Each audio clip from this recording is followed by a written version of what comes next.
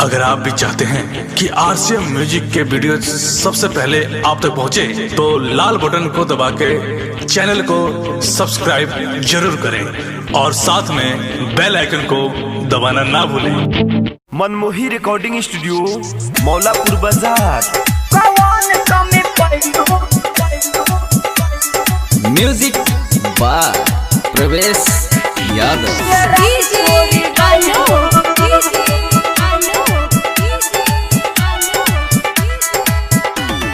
मंगिया सजाई डोली महते गइलू, मंगिया सजाई डोली महते गइलू। कौन कमी पैलू ये रानी छोड़ी गइलू। जियते बानी चिता मोर सजाइलू। कौन कमी पैलू हमें छोड़ी गइलू।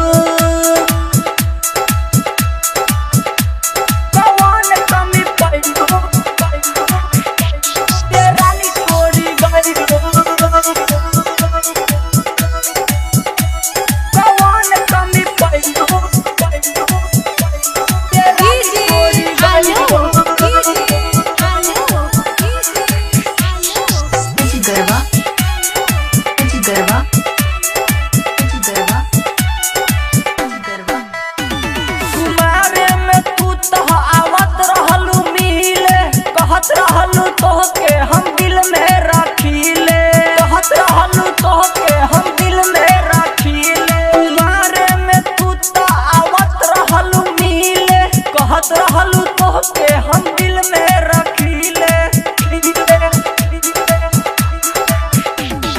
पियावा के प्यार पाई हमें भूली गइलू, हमें भूली गइलू। पियावा के प्यार पाई हमें भूली गइलू। कौन कमी पैलू ये रानी छोड़ी गइलू। मंगिया सजाई डोली में ते गइलू। कौन कमी पैलू ये रानी छोड़ी गइलू। कौन कमी पैलू ये रानी छोड़ी गइलू।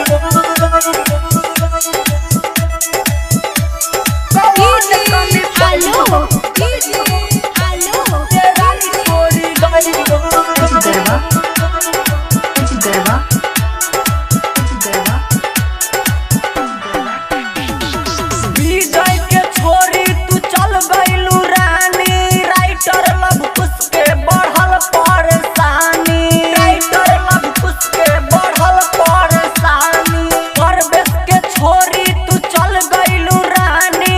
राइटर लव कुछ के बढ़ल परेशानी। अरविंद अनाड़ी के बहुत रुलैलू, बहुत रुलैलू। अरविंद अनाड़ी के बहुत रुलैलू। कौन कमी पैलू हमें भूली गइलू। मंगिया सजाई डोली में ते गइलू। मंगिया सजाई डोली में ते गइलू। कौन कमी पैलू हमें छोड़ी गइलू।